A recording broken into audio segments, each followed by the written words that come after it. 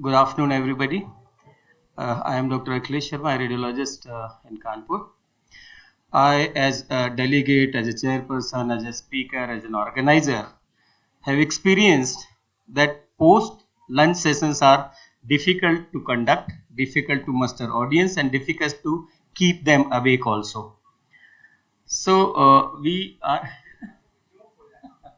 It's not joke only. So joke is, am I seen or am I heard only? I'll come to the side of the dais so I can be seen also.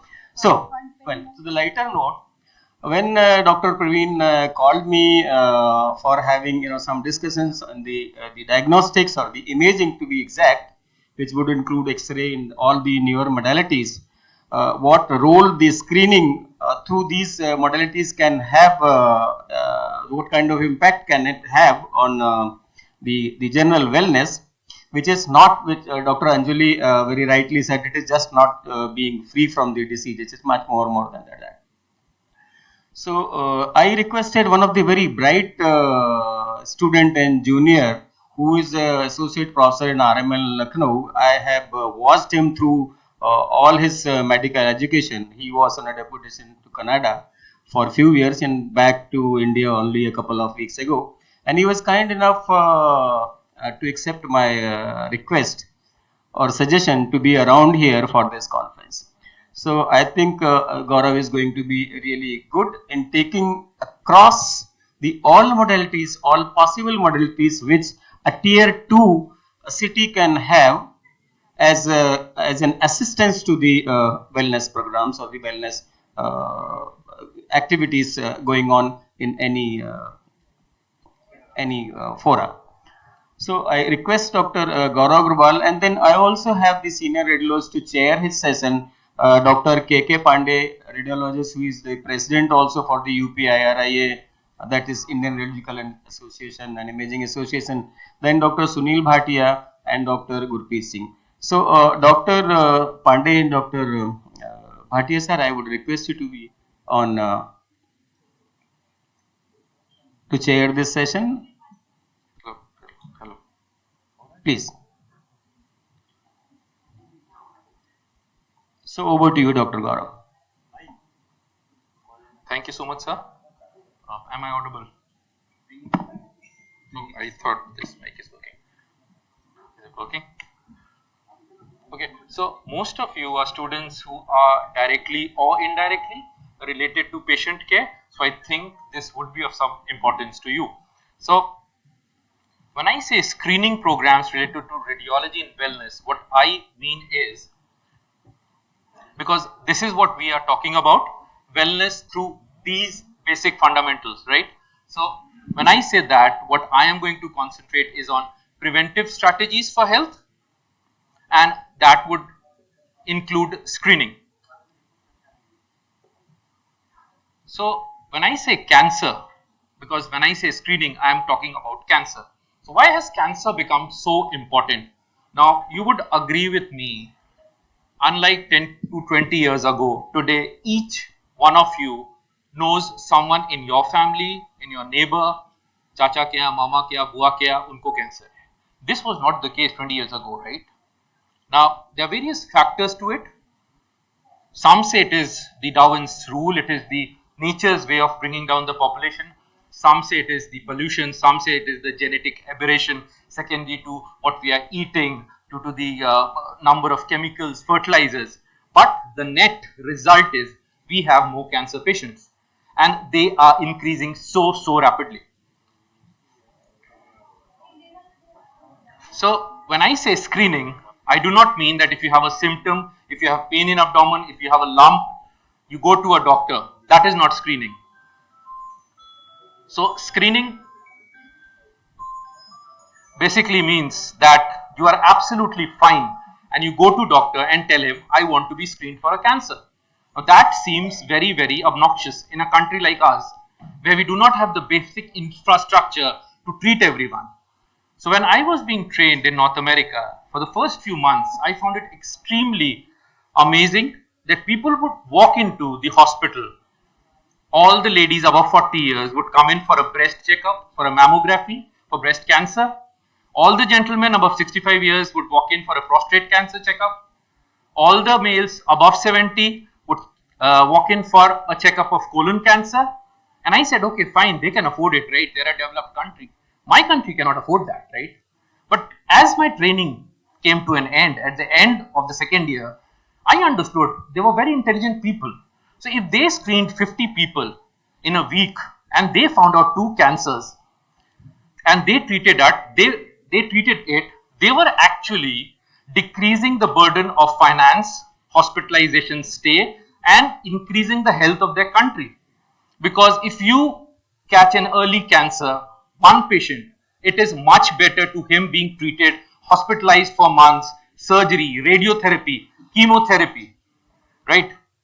So screening of cancer. So screening is certain tests which help specific types of cancer before signs or symptoms appear. Signs means what the doctor elicits on the patient, and symptom is what the patient tells him.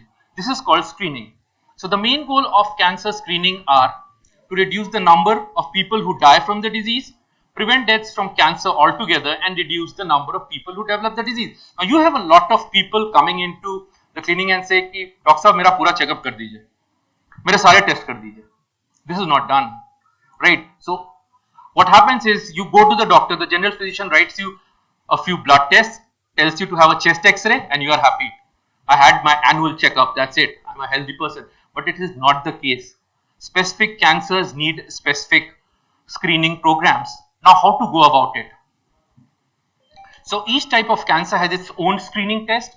Some types of cancer currently do not have an effective screening method, and new cancer screening test is an area of active research. So as I said, what are the main types of cancers which can be screened? So cancer can be basically divided into 2 types, those which can be screened and those which cannot be screened. In our country, the time the patient comes, he's already in such an advanced stage that nothing much is left to do. And so when we hear the word cancer, it means done. The patient is done, right? And that's what happens. 6 months, 1 year down the line, he expires. But that is not what happens around the world. Cancer is taken as a very normal disease. And if you catch it early, it is like any other disease like tuberculosis, infection, or normal fever. So what are the risk factors? So you have people saying कि doctor साहब मैं तो sir सुबह jogging करता हूँ और वो धनिया पत्ती उबाल के पीता हूँ, फिर हींग खा लेता हूँ और हल्दी भी खा लेता हूँ, मैं तो सर फिट हूँ, मैं दारू कभी पीता नहीं हूँ, सिगरेट मैंने पी नहीं है, सर मैं बिल्कुल फिट हूँ. It doesn't work that way. Nature doesn't take things that way. So there are 2 types of risk factors. One, which you can avoid.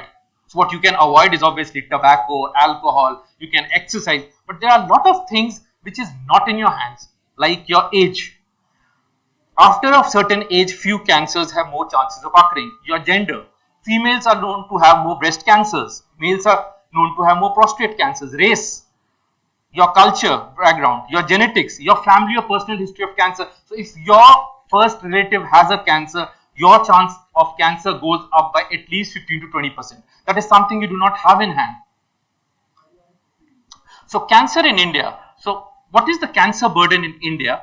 So the cancer burden in India has doubled in more than last 26 years, and that is an alarming number.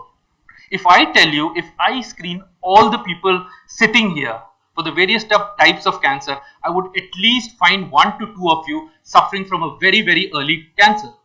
Yes, I know that is alarming. That sounds nasty, but that is the truth. So in earlier days कहते थे कि sir as हो गई उनकी तो 70 साल के हो गए थे, दादा चले गए, रात को हार्ट अटैक आया, चल गए. But actually what now we are understanding, a lot of patients suffer from cancer. These are silent cancers, they spread to the body, they metastasize, and actually the deaths are from cancer and not from natural age related death. So the average age of an American is 87 years. And why is it so? 87 years. So do they eat more healthy than us? No. Are they genetically superior than us? No. Why? Because they have such an effective screening programs that cancer, which is such a major burden of disease, is actually caught in the very, very initial stage. So the highest increase, alarming increase which has happened in the recent times is breast cancer among females. And there are 4 main cancers which is the priority for the government: breast, cervical cancer, oral cancer and lung cancer. Out of which breast and lung can be radiologically screened. Cervical cancer can be screened by clinical and pathological, and oral again only by clinical examination by an ENT specialist. So you can see the various data of the top 5 cancers in men and women. So in men, the oral and the lung make the topmost list, and in the female, it is again breast and oral. So this is the worldwide data of cancers. Again, lung, breast, and prostate make the huge part of the cancers. Now, the most important cancer which needs to be understood for screening is breast cancer. Now, a lot of negligence is there. We do not have a screening program in India per se. In abroad, they have a screening program. Most of the developed countries have. And it is so difficult to make females understand the importance of breast screening. I couldn't make my own elder sister understand it. I am a cancer imaging specialist. And when I told her, you got to get this screen, she was, bekar ki baat mat karo. Jab kuch hoga, tumko bata denge. So that is the common perception, right? It is very difficult to make your mother, sister, wife, understand the importance of breast screening. But if you are able to find breast cancer in the early stages, you can 100% eradicate. Otherwise, you are doomed. So the age standardization rate is approximately 25 per 1 lakh women and is expected to rise 35 per lakh women in 2026. And the Indian data cases records 1,62,000 cases, and that is just the ones which have been recorded and reported by institutes and hospitals. Believe me, this is just the tip of iceberg. Many cases are undiagnosed. They die of cancer. They are not reported. So it is almost like an epidemic, I would say. And also, there is a very interesting thing that in Indian subcontinent, in our setup, the females having cancer is of lower age group compared to the Western. I have seen females of 16, 18, 19, 21 having full fulminant cancer compared to that in the Western culture where cancer somewhere appears between 45 to 50 peaks in 60 to 70 years. So we have to be more cautious. So breast cancer screening guidelines, of course, these are the ones Americans, Canadians and Australians used. Any female 40 and above it is supposed to have an yearly mammogram. What is a mammogram? It is a specialized type of X-ray used only for seeing the breast. And an yearly clinical breast examination. So you can see that on internet everywhere. They say how to clinically examine your breast, right? Again, in the 20s and 30s, if a female is there, clinical breast examination every 3 years. If you are not very sure, go to your doctor, let her do it for you. So you can see how the global problem of breast cancer is spreading its wing. Now, what factors puts you at a high risk for breast cancer? First is a history of chest radiation. Second, history of breast cancer. Third, extremely dense breast compared to fatty breast. Fourth, first degree relatives. If any of your first degree relatives have breast cancer, your chances increases by 3.5%. Menopause, late menopause, no pregnancy, that is nulliparity or first pregnancy, early menopause, postmenopausal obesity, and combination of menopausal hormone therapy and use of alcohol. So, as I said, how can it be diagnosed? First is breast self-examination. For women who are menstruating, it has to be done on the 7th day, 1 week after the menses, because during the menses it is believed that the breasts are engorged and it is not right to self-examine. For postmenopausal, it is on any particular 1 day every month. Radiographically, on imaging, we have mammogram, as I said, specific X-rays for breast ultrasound, and then very high advanced MRI scans. And then if we find a foci of carcinoma, then what we radiologists do is an image guided biopsy. So we put in the needle, take out a sample, a tissue from that nodule, and then subject it to pathology, right? There are various types of needle biopsy which we do: fine needle, core biopsy, surgical biopsies.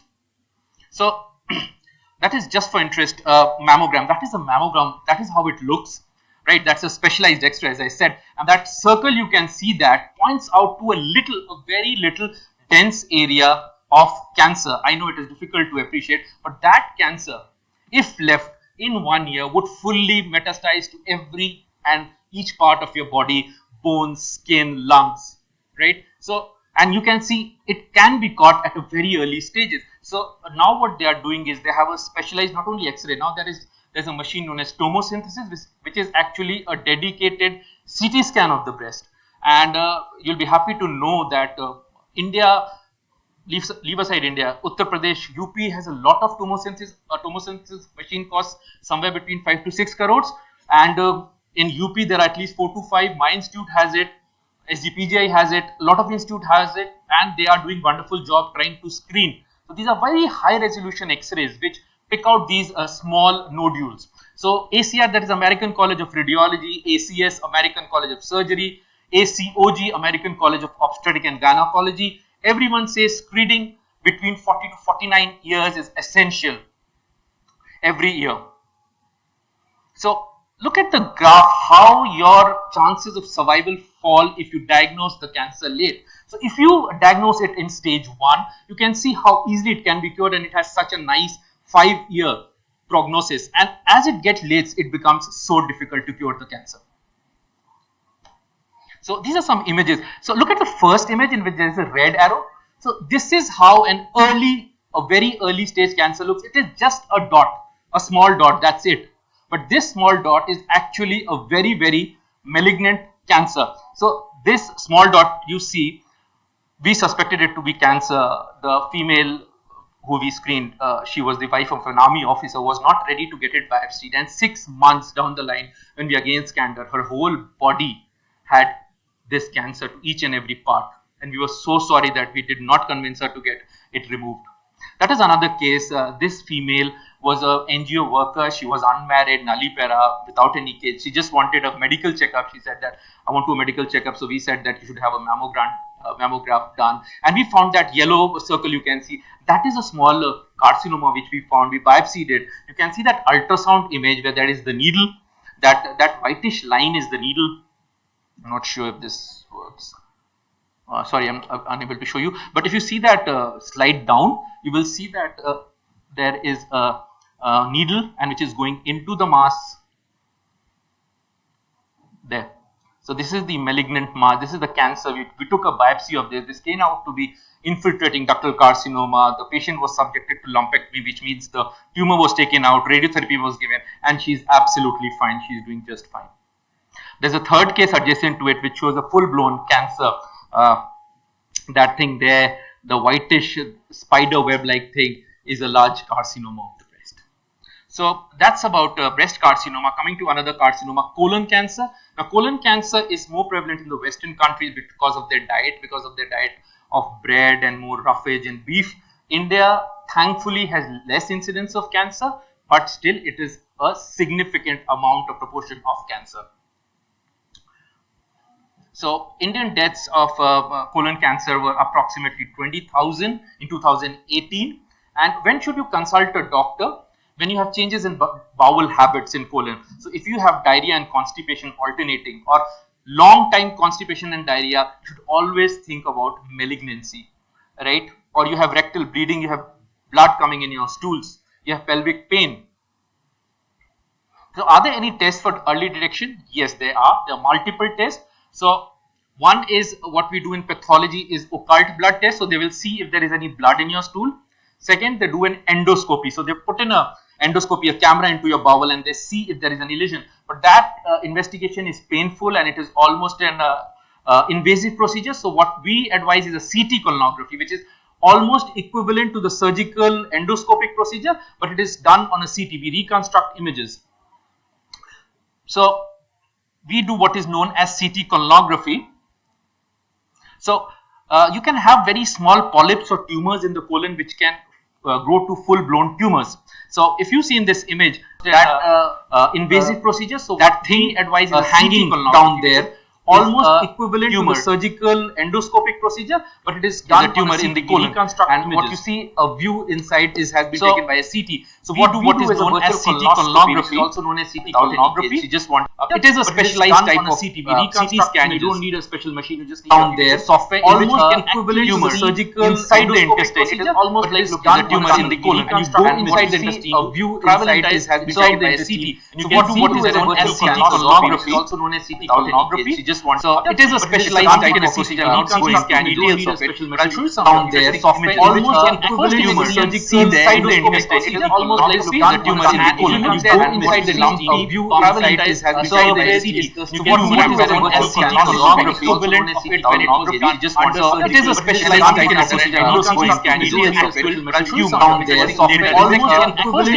See inside the intestine. It is almost like the tumor in the colon. You go inside the lump. View travel inside has inside the CT. So what is a sonography equivalent of it when it was done just under. It is a specialized type of procedure. I'm not going into details of it, but I'll show you down there. Software almost equivalent tumor. See inside the intestine. It is almost like the tumor in the colon. You go inside the lump. View travel inside has inside the CT. So what is a sonography equivalent of it when it was done just under. It is a specialized type of procedure. I'm not going into details of it, but I'll show you down there. Software almost equivalent tumor. See inside the intestine. It is almost like the tumor in the colon. You go inside the lump. View travel inside has inside the CT. So what is a sonography equivalent of it when it was done just under. It is a specialized type of procedure. I'm not going into details of it, but I'll show you down there. Software almost equivalent tumor. See inside the intestine. It is almost like the tumor in the colon. You go inside the lump. View travel inside has inside the CT. So what is a sonography equivalent of it when it was done just under. It is a specialized type of procedure. I'm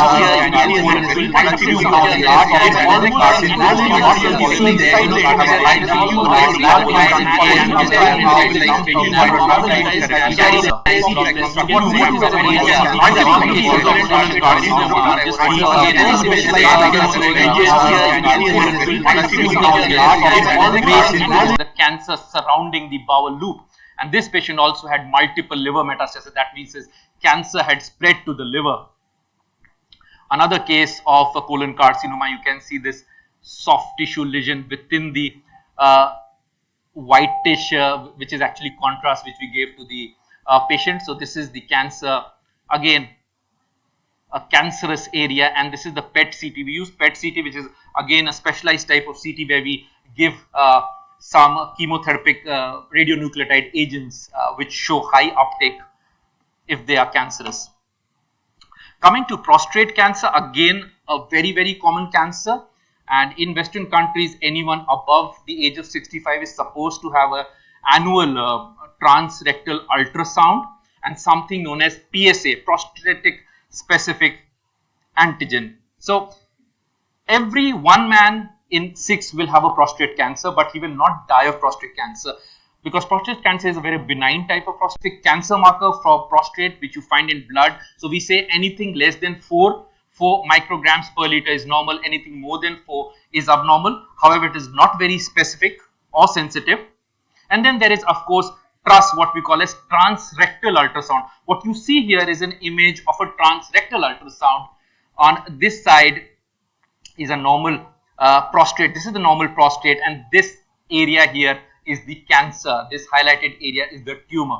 So this is how it looks on an ultrasound. And then we do a lot of MRIs for it. MRI is a very specialized technique which we use. You can see this is a prostate, and this arrow here, this blackish thing here is the prostatic carcinoma. Again, very nicely picked up on MRI. Then if we have a prostatic foci suspected, then we subject the patient to biopsy.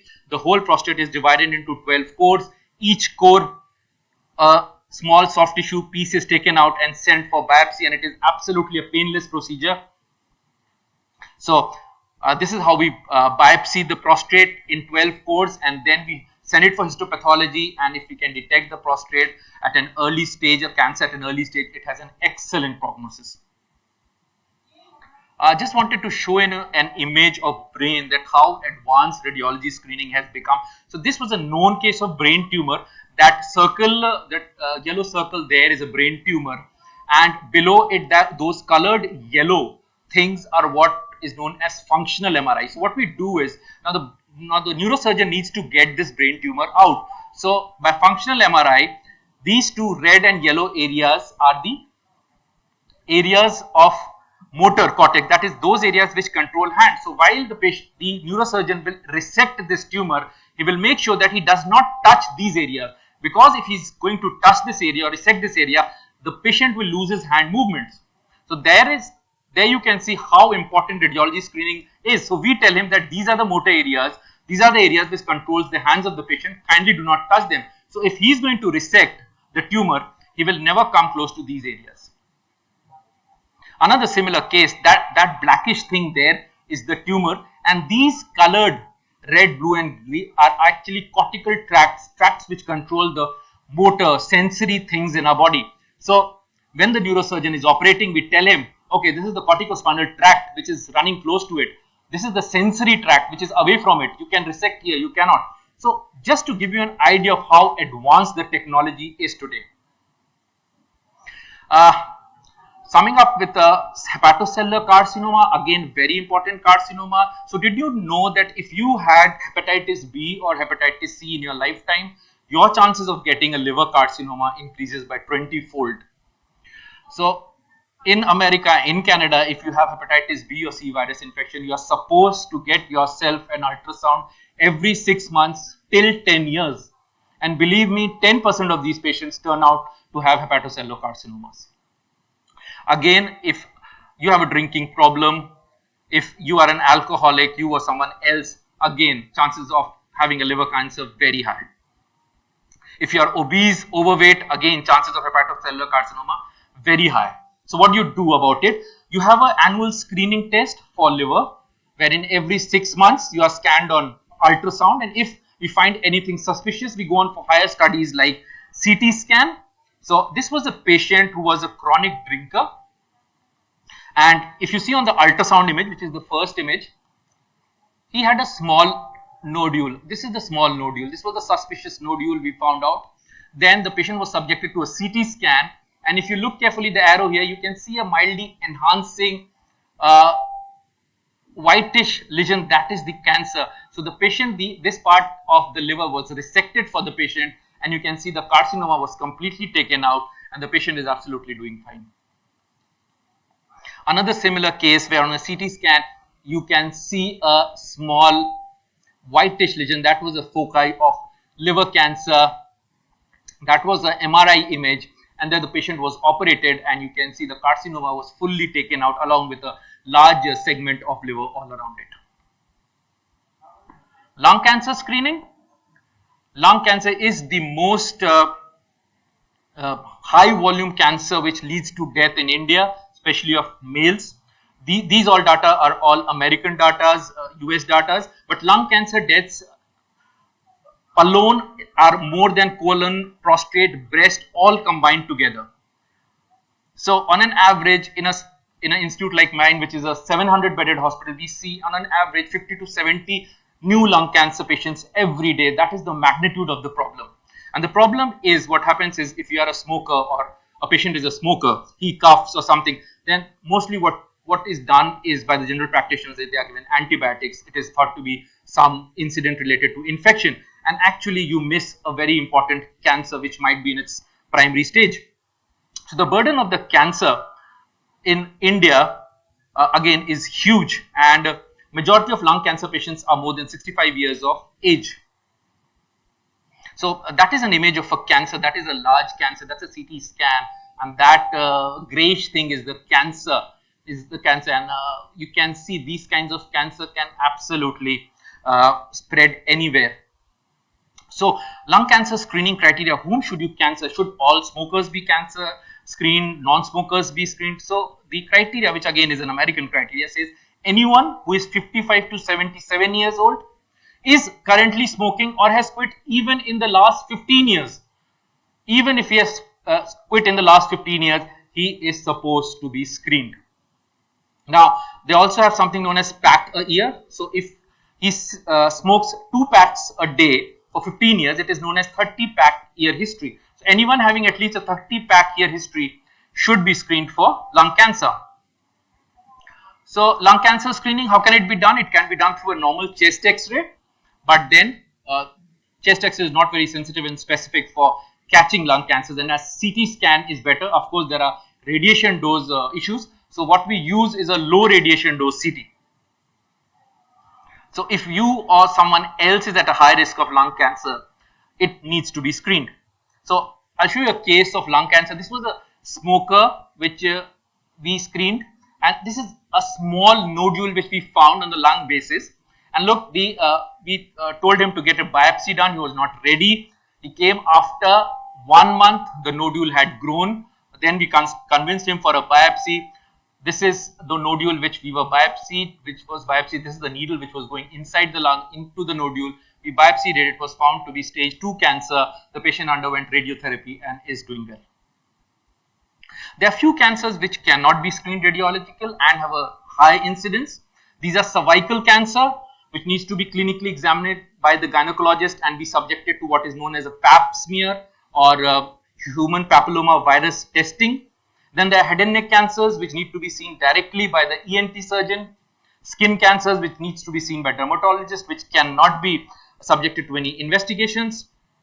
Now, just coming to the last scan. So, everything good about screening? No. Like every good thing, it has a bad side also. What are the risks of screening? One is when we do radiology, a lot of radiation is involved, right? So we are actually exposing the patient to radiation. Second is overdiagnosis. So you need very, very specialized training for diagnosing these kinds of cancer. It took me 15 years of radiology to come to a standard screening program, because if you overdiagnose a cancer, that's a problem. If you miss a cancer, that's a problem.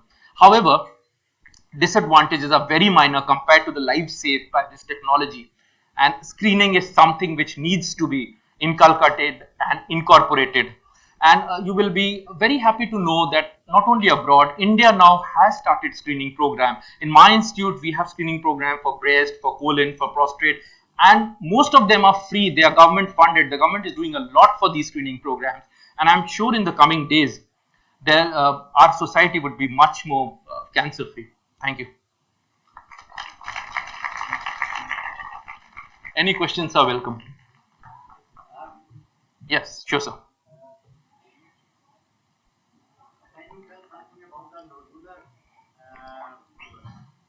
Okay. Okay. Yes, sir. Any more questions? Yes, I'll answer them together.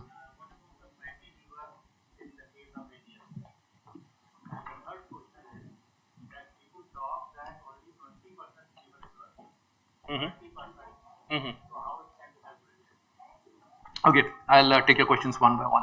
The first one is nodular liver. Yes, there is an entity known as nodular liver, which we doctors do not call it nodular liver. We call it cirrhosis.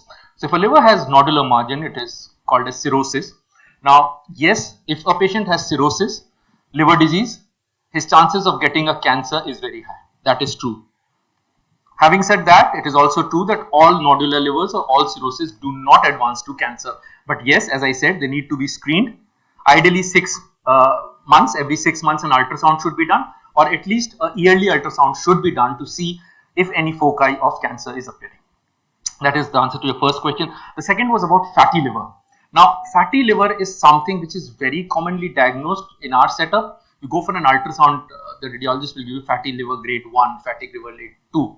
So actually, fatty liver per se is not a dangerous entity, but the distribution of fat is dangerous. So there are specific parts in the liver where if the liver has accumulation of fat, it again has a tendency to carcinoma. Yes, a small number of cases with fatty carcinoma in due course of time will proceed to cancer. But they say that if you have a fatty liver, that does not mean you need to do a screening. The third question is about 20% and 30% liver working. So what happens is the liver is divided into multiple segments according to the arterial distribution. So what happens, the artery branches, and the branches of the artery supply particular segments of the liver. So what the hepatologist or the gastroenterologist says that if this part of the liver is involved, then they can actually remove that segment, and that is why they say 20% of the liver is functioning, 30% of the liver is functioning, because the liver involved by the disease, by cirrhosis, carcinoma, is supposed to be non-functioning. But the good thing is liver can regenerate. So if you take off more than 70% of the liver, the 30% of the liver will grow back to 70% in less than 1 year of time.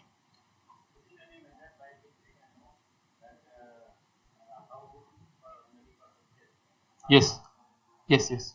We have multiple. We have as a radiologist, we have what is known as 3D navigation software. Then there's something known as fibroelasticity. yes, there are definite techniques which we can apply. With the permission of the speaker, Dr. Gora, I'll add couple of things. When it comes to the, there's a slide saying NAFLD, non-alcoholic fatty liver disease. So this is something which is going to come as an epidemic. Be prepared for it.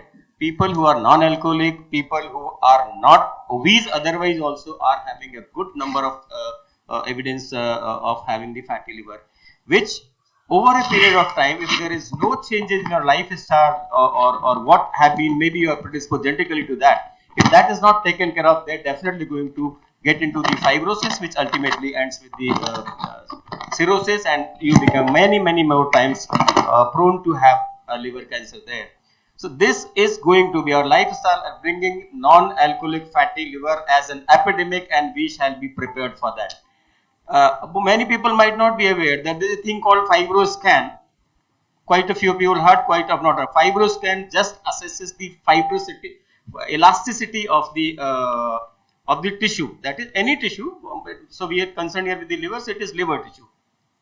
Now there is ultrasound method also, which can assess your elasticity, which we call elastography, liver elastography, which is available in town. FibroScan is available in town, and as a radiologist, we keep seeing very even thin patients having the good degree of fatty liver, which is very alarming, and one has to be really aware of it. So, Dr. Gaur, if there are any question which can be thrown to Dr. Gaurav, fine. Thank you very much, Gaurav, for accepting. Please. Yes, ma'am, please.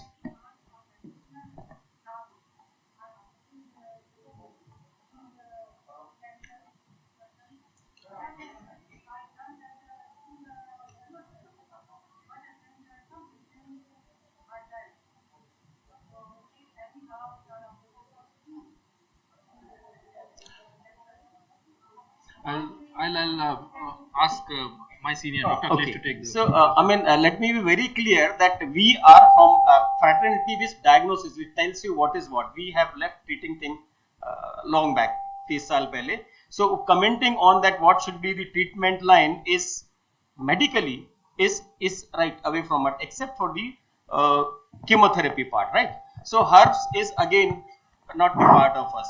Secondly, the liver which is given to us, it's such a itna बेईमान और बेमुरब्बत organ है, you keep insulting it, you keep hitting it with any damn thing, it will reason, it will come back again.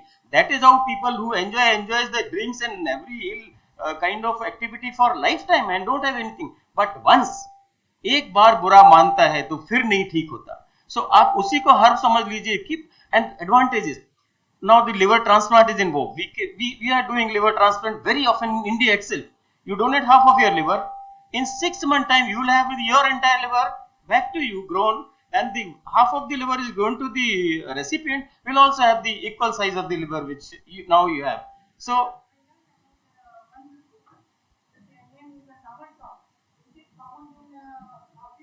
that's knowledge for us and good knowledge. So that is why this conference is all about. It is not about my specialty, it's not about his specialty, yours. It is the combined thing of the knowledge or the inputs coming from all the faculties and all the fields, which really enrich and make us more able to help the society at large.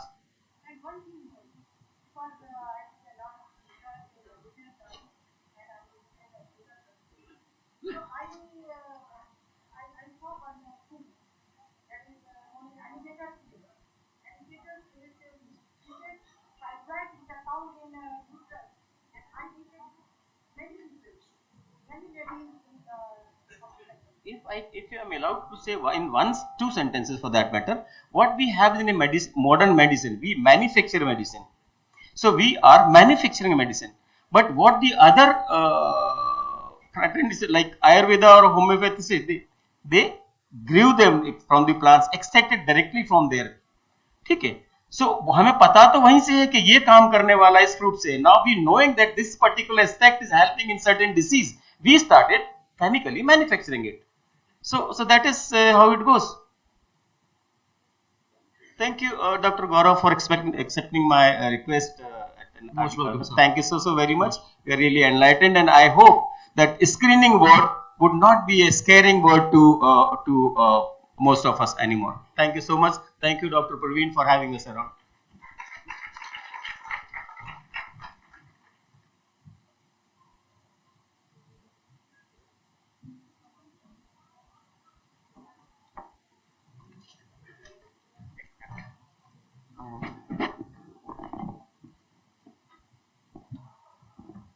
Doctor U C Srivastava है।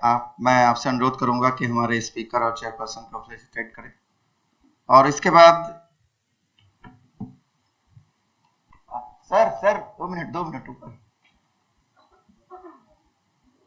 जो talk होने जा रही है, why should I do community service. Topic भी interesting है, speaker भी interesting थे और अभी भी हैं, क्योंकि थे और हैं दोनों अलग अलग चीजें हैं। डॉक्टर विकास महात्मे जो कि पद्मश्री अवार्डी ऑप्थेल्मोलॉजिस्ट हैं और एमपी हैं राज्यसभा। हाँ ठीक है, अभी यूनिवर्सिटी में फंक्शन होगा। हाँ ठीक। उनको आना था लेकिन पार्लियामेंट्री कमेटी का टूर लग जाने की वजह से वो आ नहीं पाए। डॉक्टर अवध दुबे भी ऑप्थेल्मोलॉजिस्ट हैं और वो भी कम्युनिटी सर्विस करते हैं।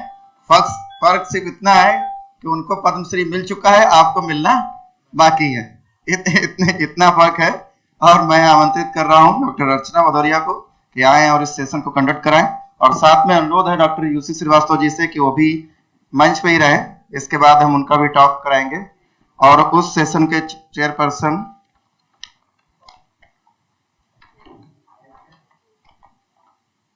प्रोफेसर नीलम मिश्रा थी, उनसे भी अनुरोध है कि वो भी स्टेज पर रहें। प्रोफेसर सीमा निगम, प्रोफेसर डीएस मार्थोलिया हमारे बीच में।